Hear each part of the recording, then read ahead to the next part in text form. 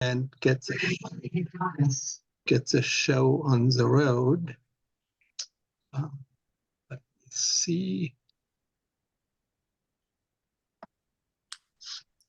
Okay, and there we go.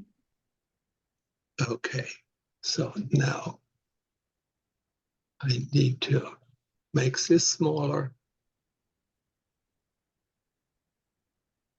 Okay. Okay, so the picture here was one of the things while we were in the dry, spiny forest. It was very hot. There was no shade. This was the maximum shade we could find. Okay, so first let's talk about where is Madagascar. You see over here the Africa, and the equator is about here, so above here, and Madagascar is just out of the Tropic of Capricorn at the very south, and this southern part is actually the driest part of the island. Some of the bird names are, so some bird names start with Madagascar, and that typically means this is a bird endemic to Madagascar. Endemic means it only is found in Madagascar.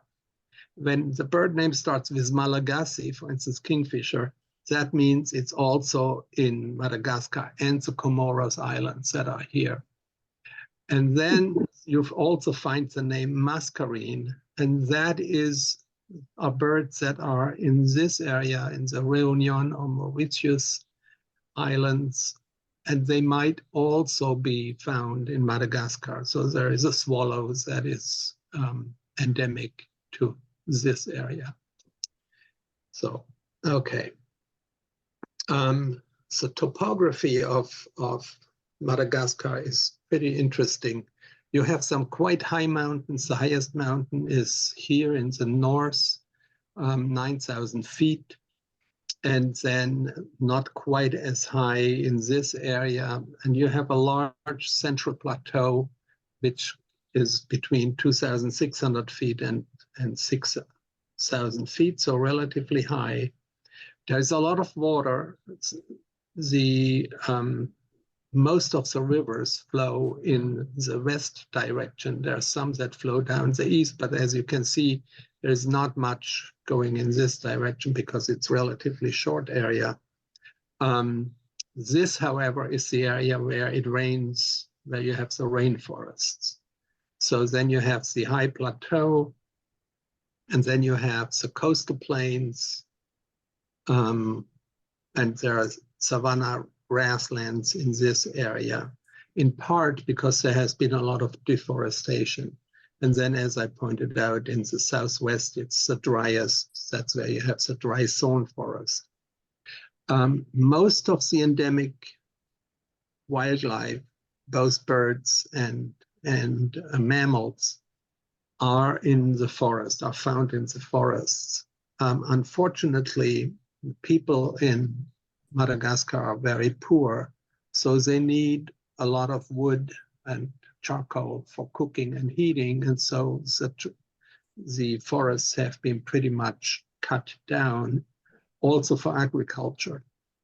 So deforestation is a major issue, and the only way how people think that can be stopped is by ecotourism, to show the local people that they can make money through other ways than cutting down forests. People arrived in Madagascar only around 500 AD, so pretty late, and they came from Indonesia. So still today, the language is actually Austronesian, and French, because French was a colonial power, so French is still the official language. The Africans came in at around 900 AD, and so they came from the west, obviously. The Indonesian people came from the east, and so the further west you go, the more African people look like. The further east you are, the more Indonesian, Southeast Asian people look like.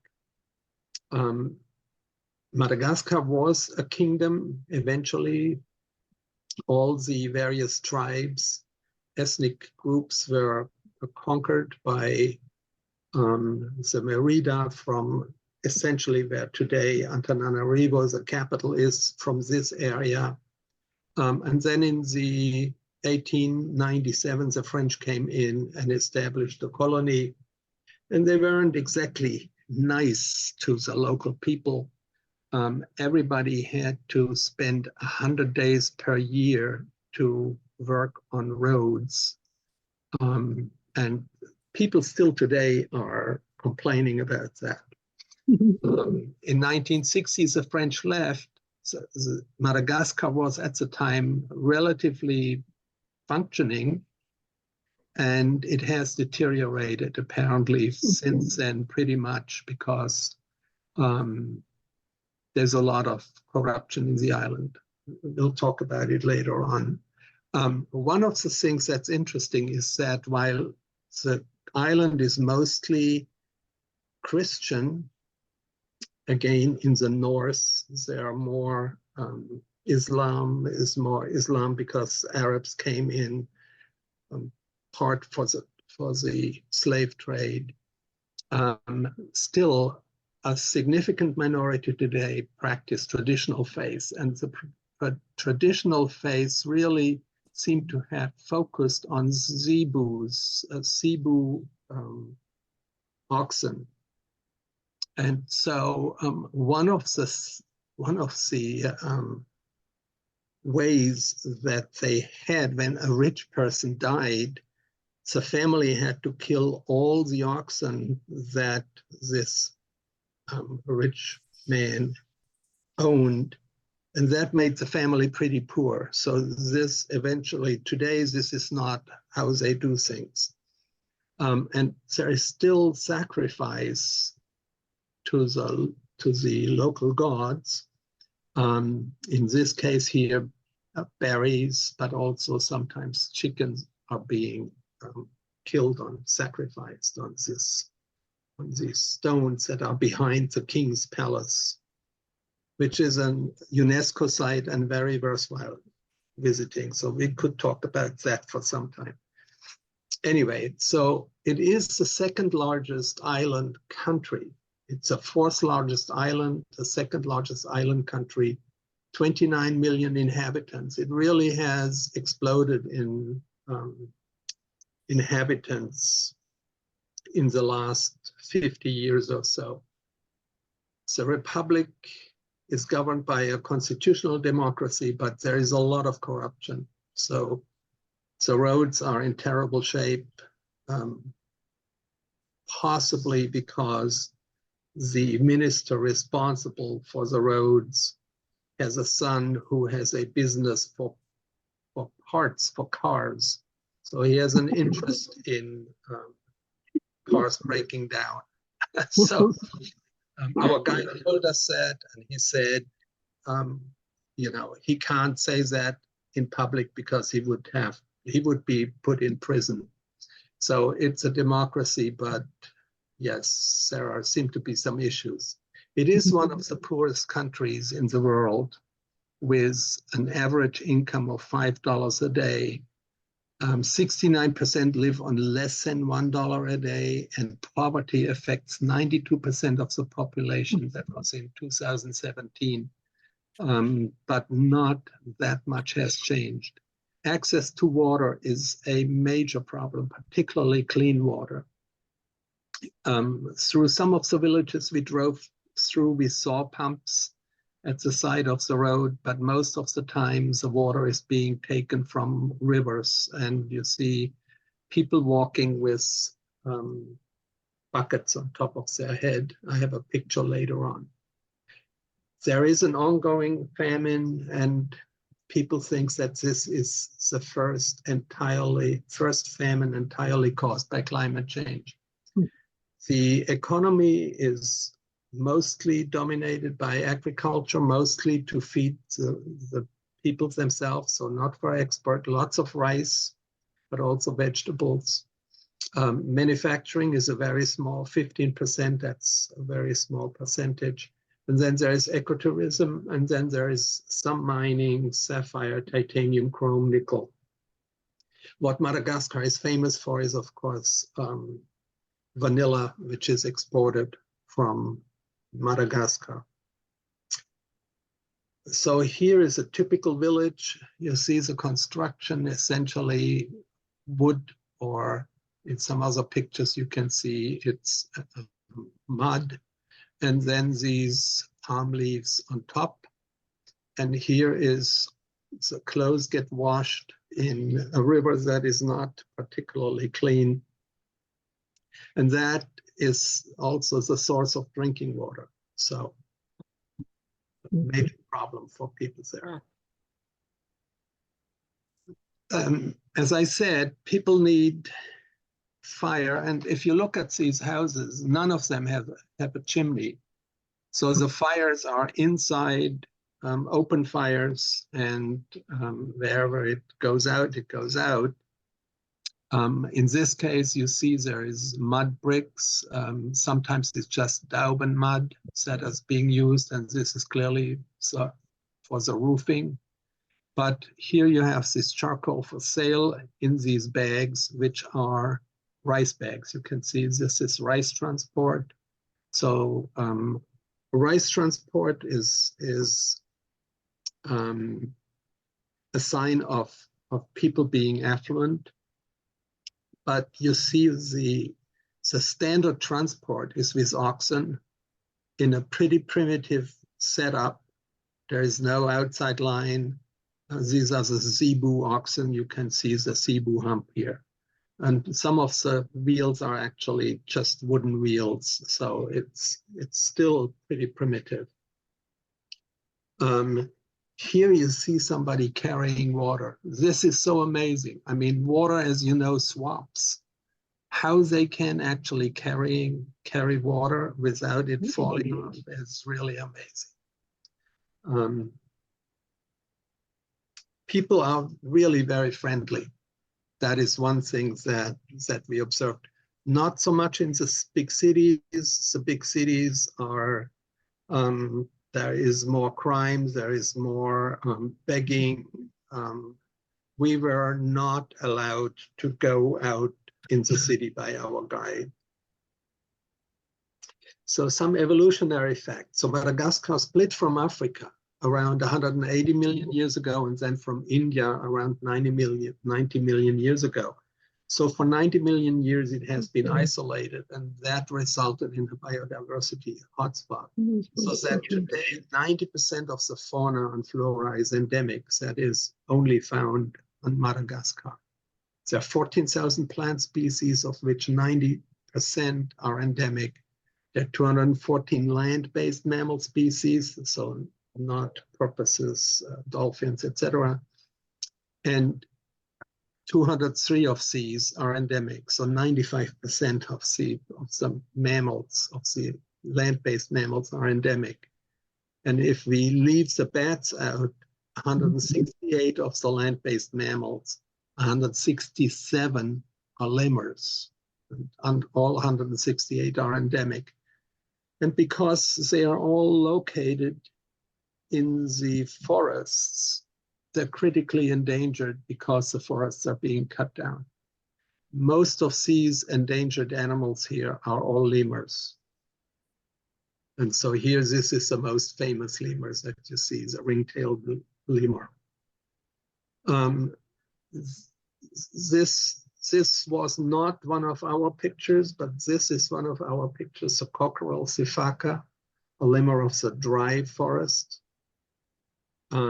And here you can see it, mother and child. You can see the short tail of the child and the long tail of the mother. So sifaka is just another name for a lemur.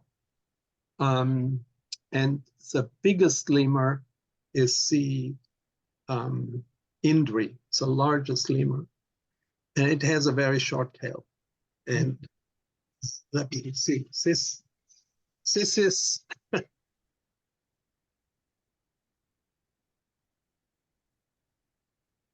this is what they sound like. And really, when you are under them, you stand under them, you don't realize, the forests are very dense. These guys, the Indris, live in the rainforest. Forest is very dense. You don't know that you are under a bunch of Indris, and suddenly they start screaming. I mean, you nearly fall off your socks. It's quite impressive. We can't hear it though. You can't hear it? You can. Oh, you couldn't hear this? No. Oh, let me try this. Oh, well, that is unfortunate. There we go. Ah.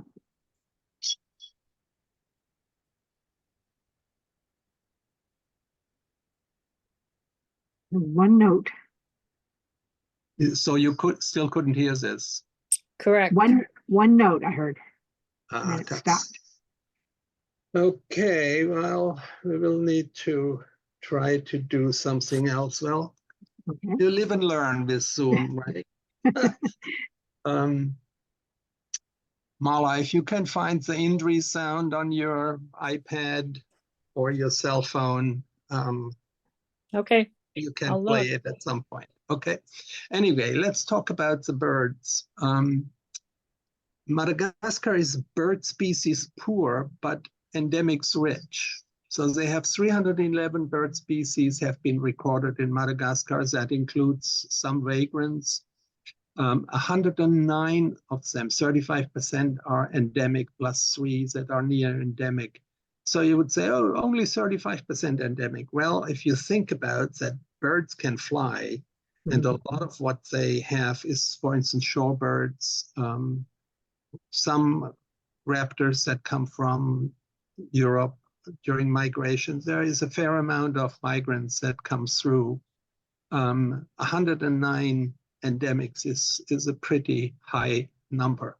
What's really amazing about Madagascar is that it has 6 endemic bird families that are only found in Madagascar, with 17 endemic genera.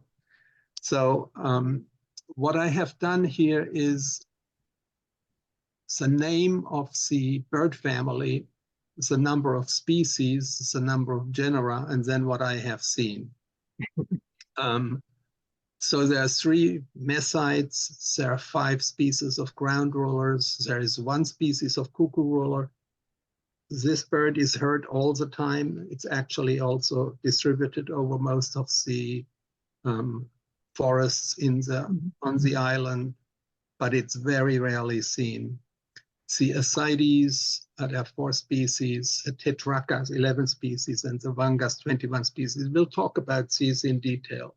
And then there are 10 genera that are endemic to Madagascar, but not in endemic families. And then there are 8 genera endemic to the Malagasy region, so a larger area, but not in endemic families. One of the surprises in bird watching, if you go bird watching in South America or Central America, even here, you have, well, let's just see. Yes, it is. I have to take it off mine. Yeah, that's it. Okay. So one of the surprises is that there are no mixed flocks in Madagascar. So when your guide says, here is such and such a bird, every bird that you see is that bird. While, when you're in South America and the guide said there is such and such a bird, if you don't know that what he's talking about is a red bird, you might be looking at a yellow one and thinking that's what he's talking about. So you really need to learn your birds. It's also good to learn your birds when you go to Madagascar, but as I say, you will not have confusions like that. So let's try to hear the Indri.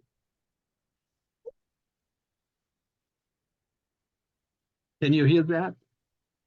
No.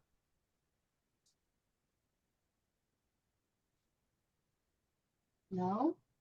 You couldn't hear that either? Hello? No, No. No, okay, well, that's, you will have to look it up yourself. Okay, so overall, I've recorded 66% of Madagascar endemics and near endemics, which I was very happy with. So let's talk about the various species. So this is the mesites. We tried for the subdesert mesite. So these three live actually in three different areas. The northwest dry forest, which is the white-breasted, the southwest spiny forest, which is the subdesert mesite, and then the east is the rainy forest, which is the brown mesite. The only one we've seen was actually this white-breasted mesite, and they are incredibly shy. They are vocal in the breeding season, and we heard this one bird. And so once our guide heard it, it responded to his playing, to the playback. And so then the guide and the local guide went off trying to find this bird and bring it in our direction. And eventually it passed us several times in front of us, but I could not take a picture of it. The thing was just so fast. All of these are threatened. I was told that the density of them, at least in the northwest dry forest, is actually pretty high, but you just don't see them very easily. The ground rollers, they're amazing. All of them are just beautiful. So this is a long-tailed ground roller in the southwest spiny forest. And then all the others are in the eastern rainforest. So this is the eBird picture, and this is my own picture. It's really lucky that I actually saw it that well. I have a few more of these, but one is enough. But I wanted to show this to see that it really has a long tail. So they live in this area, the Baobab Alley. Africa has one type of baobabs. Madagascar has 6 different types of baobabs.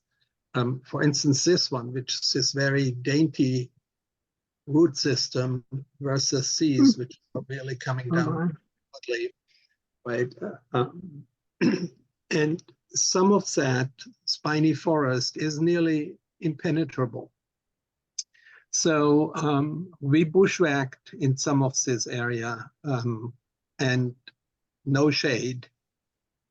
There were no leaves on it because we were pretty early, just at the end of the dry season, just beginning of the rainy season. There's not much rain in the spiny forest ever, but there are leaves on the baobabs eventually.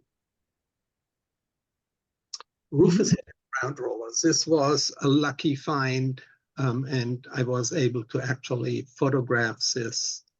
It's a beautiful little bird, and the tropical rainforest is very dense again, so we had to bushwhack for this one.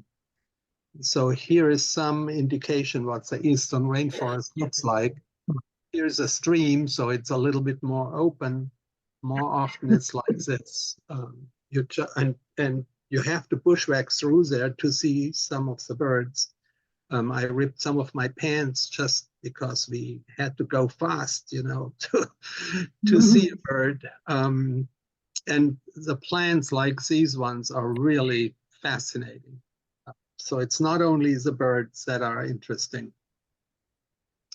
It's a cuckoo roller, and I had the sound of this as well, but I'm sure you can't hear it, so I won't try. It's a living fossil.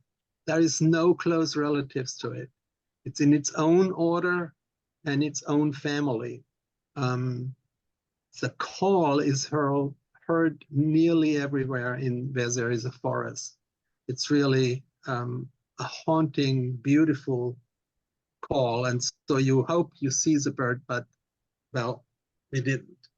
And our guide said they call it, so our guide was a local from Madagascar, and the group I went with was essentially a group that said they will only hire Malagasy people. Just to let you know, the group consisted of my wife Marla, myself, a guide, and a driver. So it was pretty nice to make sure that we see whatever we wanted to see. Okay, see, ascides. They are a weird group of birds. Here are the pictures from eBird. There is Schlegel's ascide, which lives in the northwest dry forest. And then there are the velvet and the common sunbird and yellow-bellied sunbird ascide in eastern rainforest. They're just amazing looking birds. I have here the females as well, because that's the only one I actually could photograph.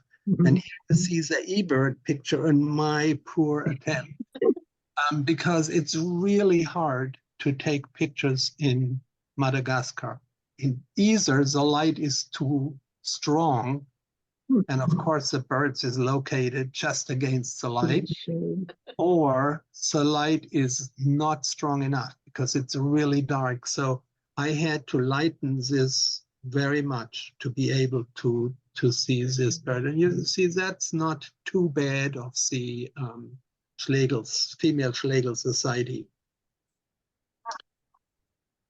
Okay, so here, this was a very lucky find in the rainforest after I had been walking for 8 hours. There was a group of berries on this tree, and this velvet ascide, you might be able to see that it has a berry here in its beak. And it wasn't willing to leave these berries, so it was sitting around for quite some time. So I got a pretty nice picture of this, but again, I had to lighten it very much. You can see, I mean, this tree was not white. It was actually a dark tree, but you would not see anything of this bird if I hadn't been brightening it up. The tetrachas, so they were only recently identified as a new family. They're mostly drab birds. They were originally thought that they are sylvioids, so related to the European warblers, Africa, old world warblers, if you wish. So drab birds that are difficult to differentiate. These tetrachas all live in primary forests. 8 of them are restricted to the eastern forests. 1 also is in the dry west, and 2 are exclusively in the west. So most widespread of them is this long-billed Berniaria. And as on many islands, there are no woodpeckers on Madagascar. And so the long-billed Berniaria is essentially behaving like a woodpecker. It filled that niche. The most amazing family are the vangas. There are 21 species in 15 genera. They descended from a single ancestor. You can compare that to the Darwin finches. There are 18 Darwin finch species, but they only have 5 genera. And essentially what the vangas have done, they have filled all the available ecological niches. So you have the single-billed vanga, which is a pretty large bird of 12.6 inches. And then you have the common Newtonia, which is a small, very feisty bird, 4 to 5 inches. Most of them, yeah, there is a nuthatch vanga, the shrike-like vangas, the vangas that are pretty aggressive to other birds, like shrikes would be. So most of them, again, live in the eastern rainforest. That is definitely the most diversified place where most of the endemics live. But you also find them, of course, they're in the western forests, some only in the west, and 1 only in the northwest, and 3 only in the southwest. So here are my vanga pictures. This is a red-shouldered vanga. You might be able to just see the red shoulder here. That is in the southwest, in the dry forest. This is my picture of the common Newtonia.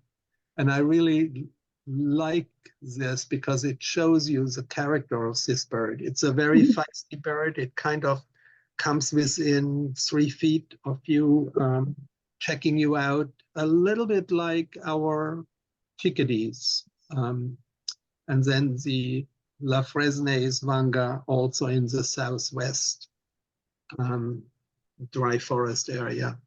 So dry forest area is relatively easy to photograph. That's why you see quite a number of my pictures from that area. Okay, so quest for the helmet vanga. Here is the helmet vanga. Of course, this is the iconic bird of Madagascar, and I wanted to see it. So you have to realize what Madagascar air travel is like. I booked a flight that would leave on Friday and come back on Monday, and with a guarantee to see the helmet vanga.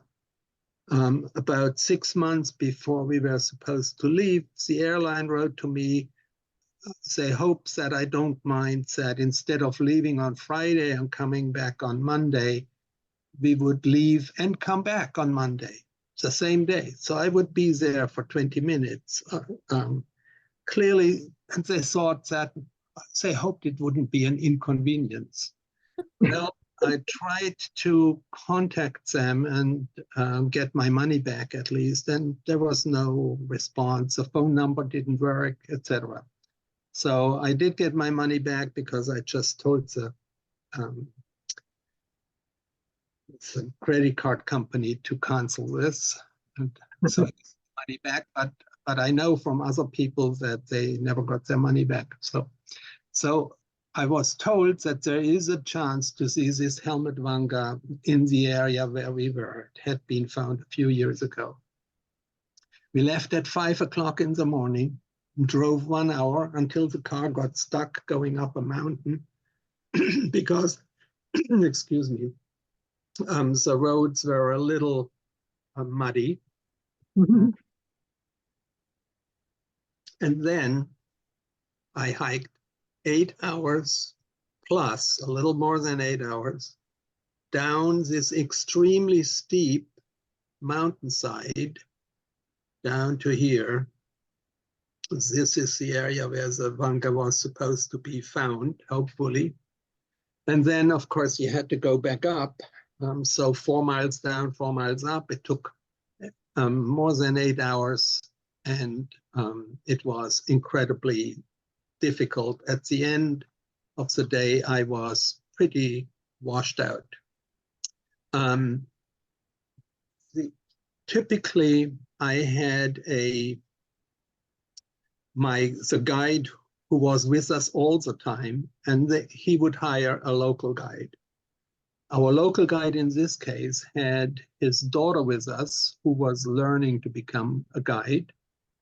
And then as we arrived, the 4 of us arrived in this place, there were 3 more guides. So it was myself with 6 guides.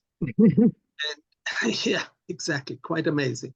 And these guides, I didn't see them most of the time because they would run ahead and then they would spread out and they would try to find the birds. By the way, that ground rollers that I showed you a picture of, rufous-breasted, that was found by them. So we didn't see or hear anything of the helmet vanga. I did see 27 other species, 9 lifers and seven different types of vangas. I was very lucky that I went that day because it was a sunny day at least. Next day, a group of 10 birders who was staying in the same lodge where we were staying, they did the same hike, but in the rain. And it was slippery when I went there. I have no idea how these guys did that. And of course, they also didn't see the bird. What I was told is once the bird starts breeding, and I actually did see last year's nest, that's when the guides can find the bird, right? Because they will know where the nest is, and then they bring the bird watchers to that place. Okay, so there are a few other Madagascar or Malagasy endemics. So there's a Madagascar sacred ibis. This was in the Betsiboka Delta, and you can see the earth is really red. So the island is often called the red island.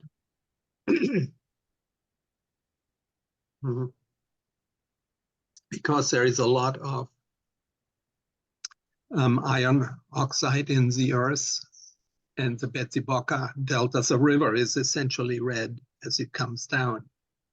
The Malagasy kingfisher looks a little bit like the European kingfisher, beautiful bird that's hung around for about 20 minutes for us to on over. And then here is a crested kua. So there are 9 species of kuas in an endemic subfamily, cuckoos. And this one is more often found in trees, while the red-capped kua, and we saw a good number of the various kuas. I think I missed 2 of the endemic ones. They are all ground birds.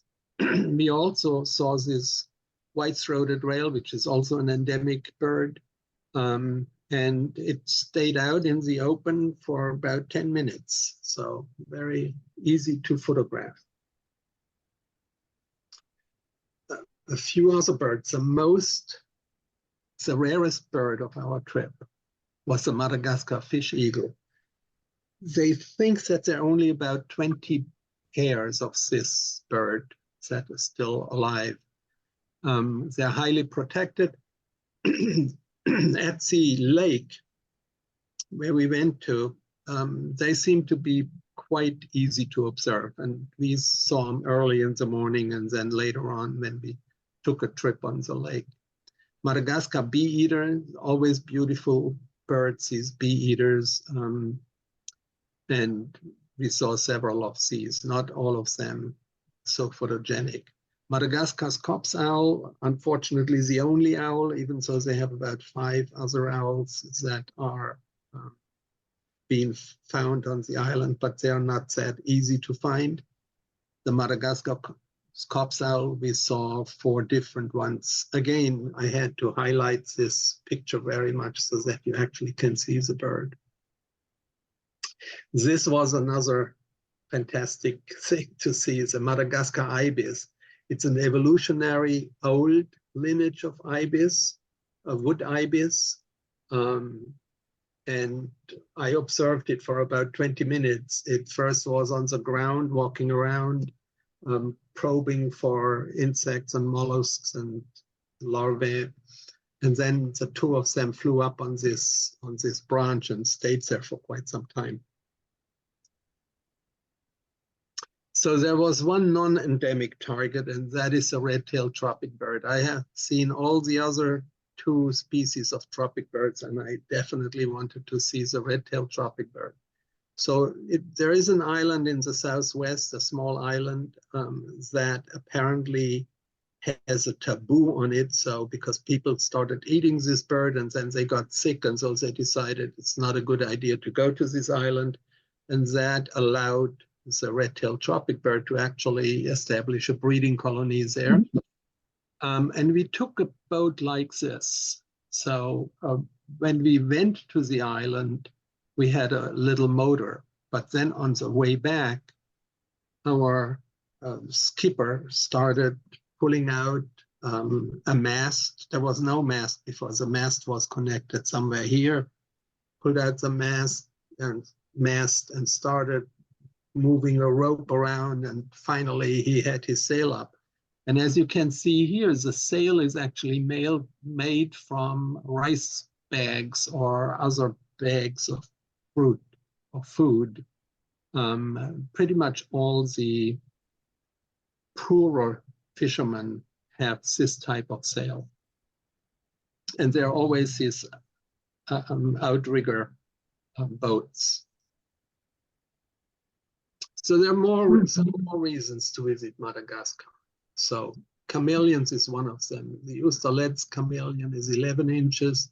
The smallest one are the leaf chameleons. This is a brown chameleon that's about 2 to 3 inches. And then I forgot how many chameleons there are on Madagascar. They have the largest chameleon and they have the smallest chameleon in the world. Mhm. Some people just go there to watch chameleons. Some people just go to Madagascar to see lemurs. Here is another bunch of things, another chameleon. I couldn't figure out what it was. Crocodiles.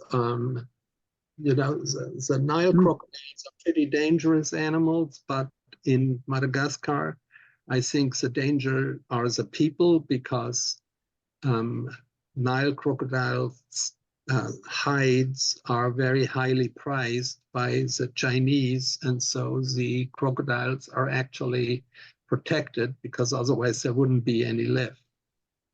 These weevils are really something. I mean, they love these introduced plants, to eat the introduced plants, but you see that they have this, the head is up here, the body is here. They're really weird looking things.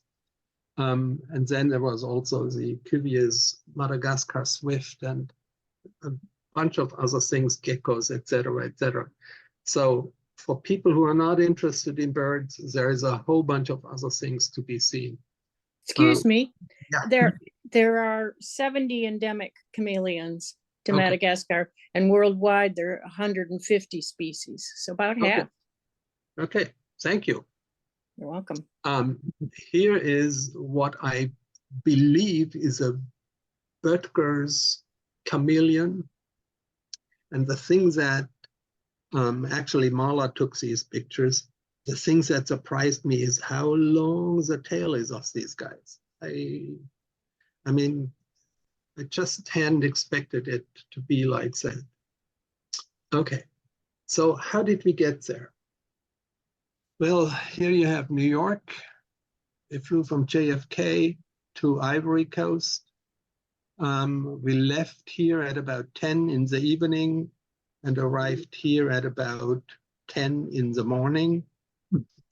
Stayed for about 2 hours in the plane and then flew over to Addis Ababa, arrived there at around 9 in the evening.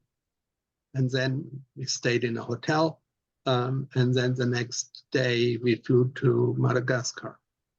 Of course, as a bird watcher, you know, you come into a new country, you have to see some birds. So I saw 4 species out from the plane in Ivory Coast. I saw 6 species in Addis Ababa from the hotel and the plane. And then finally we got to Madagascar. But you see, we started on the 3rd and we arrived on the 5th. So it takes quite some time to get there.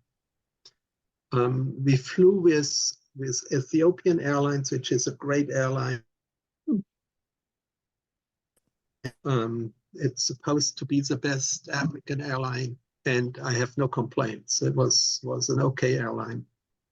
Now, it's a very different story in Madagascar.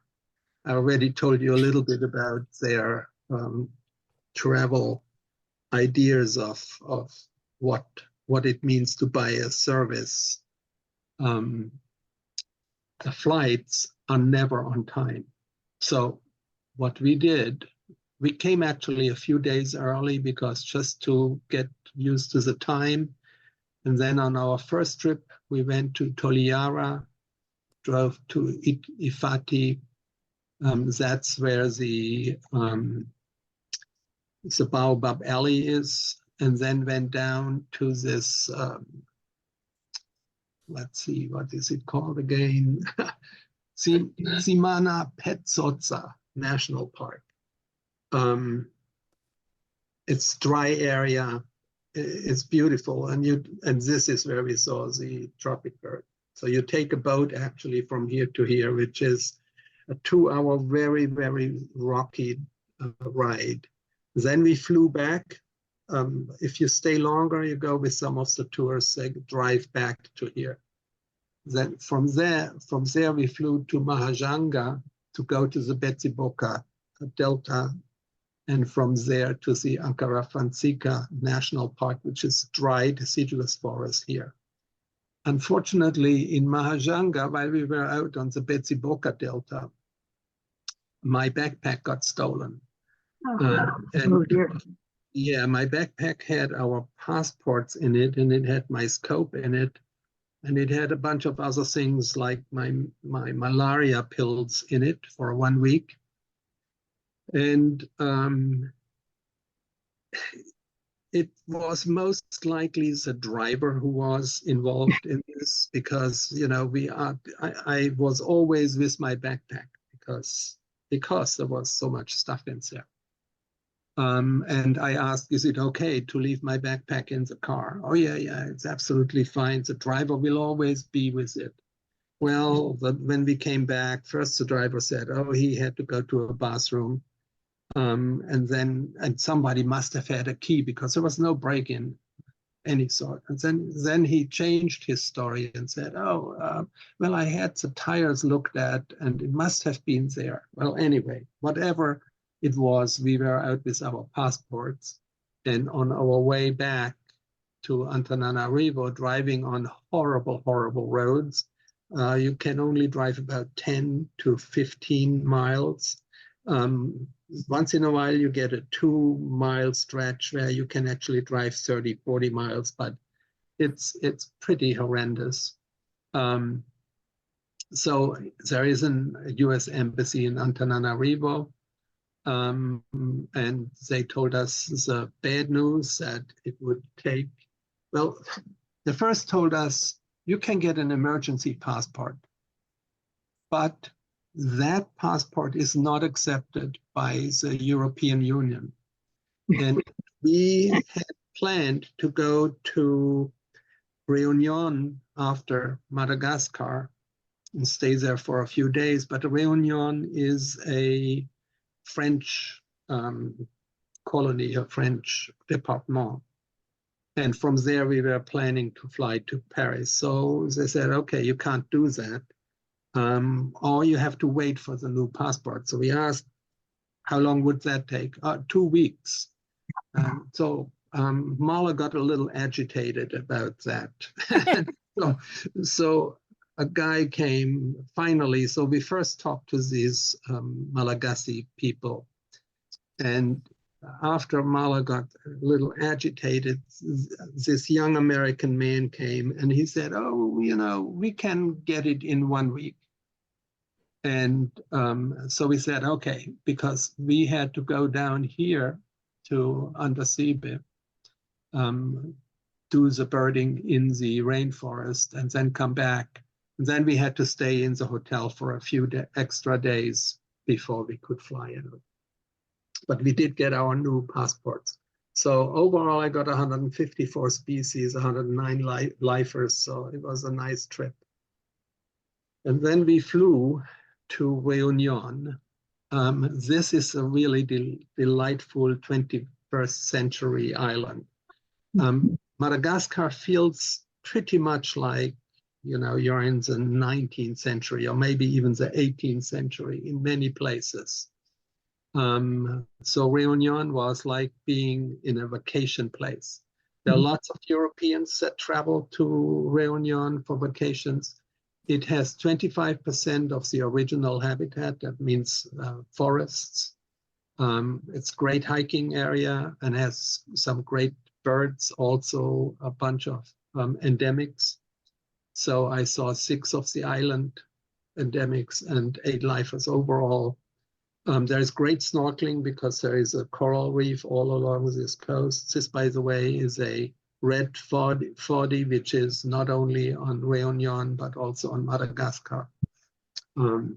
This was a wonderful place to spend some time. Unfortunately, we were there for only 2 days, and then we flew directly from there to Paris, and it's a day flight, so you don't have to worry about sleeping in the plane.